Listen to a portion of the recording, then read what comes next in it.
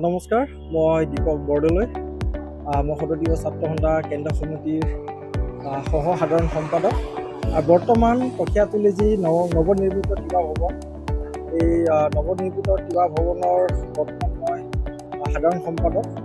আৰু যোৱা কেইদিনমানৰ আগত যোৱা পৰহি কঠীয়াতলী যি মাজমজিয়াত তিৱা ভৱন নিৰ্মাণ কৰি থকা হৈ আছিলে, ইতিমধ্যে সম্পূৰ্ণ কাম হৈ গৈছেহি। তাৰ লগে লগে অহা কালিলৈ বুধবাৰে 24 জুন তাৰিখে কঠীয়াতলী মাজমজিয়া নৱনিৰ্মিত ভৱনত আমি এক মুকলি কাৰ্যসূচী হাতত লৈছোঁ। এই কাৰ্যসূচী থাকিব তিৱা ছাত্ৰ পৰিষদৰ মুখ্য কাৰ্যবাহী সদস্য সন্মানীয় জীৱন চন্দ্ৰ কোঁৱৰ ডাঙৰীয়া আৰু আমাৰ ব্ৰহ্মপুৰ সমষ্টিৰ সন্মানীয় বিধায়ক শ্ৰী জিতু গোস্বামী দেৱ ডাঙৰীয়া উপস্থিত থাকিব। আৰু তিৱা ছাত্ৰ পৰিষদৰ আমাৰ যিসকল প্ৰতিনিধি তিৱা ছাত্ৰ পৰিষদৰ মেম্বাৰ্ছ আৰু এক্সিকিউটিভ মেম্বাৰ্ছবোৰ ইয়াতে উপস্থিত থাকিব।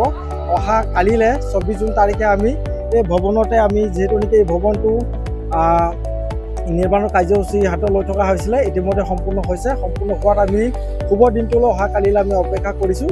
গতিকে সমূহ কঠীয়াতলী অঞ্চলৰ বিভিন্ন প্ৰান্তত বসবাস কৰা লগতে কঠীয়াতলীৰ লগতে আমাৰ যিহেতু নেকি নুবুকালি আছে, ঢেংগুচি আছে, বামুণী আছে, সমূহ ৰাইজকে আমি অহা কালিলৈ দলে বলে আহি আমাৰ এই শুভ কাৰ্যসূচীত অংশগ্ৰহণ কৰিবৰ কাৰণে আমি অনুৰোধ জনালোঁ।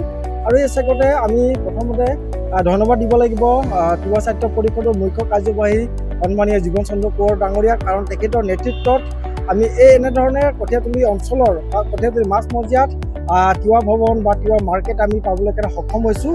আৰু ইয়াৰ লগতে আমি ধন্যবাদ দিব লাগিব বৰ্তমানৰ যি তিৱা নামবল আলুং তিৱা ছাত্ৰ পৰিষদীয় সমষ্টিৰ সন্মানীয় সদস্য ইন্দ্ৰ বৰদলৈ ডাঙৰীয়াকো আমি ধন্যবাদ দিব লাগিব। আৰু ধন্যবাদ দিব লাগিব আমি সন্মানীয় মদন বৰদলৈ ডাঙৰীয়া দেৱকো আমি ধন্যবাদ দিব লাগিব, কাৰণ তেওঁলোকৰ নেতৃত্বত বৰ্তমান আমি কঠীয়াতলী অঞ্চলত আমি এনেধৰণে তিৱা ভৱন পাবৰ কাৰণে সক্ষম হৈছোঁ।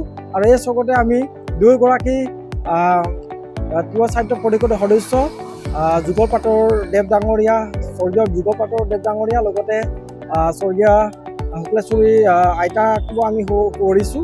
আৰু অহা কালিলৈ আপোনালোকৰ মাধ্যমেৰে আমি অহা কালিলৈ সমূহ ৰাইজক দলে বলে আহি আমাৰ এই শুভ কাৰ্যসূচীত আমি 9 বজাৰ লগে লগে অংশগ্ৰহণ কৰিবৰ কাৰণে আহ্বান জনালোঁ। ধন্যবাদ।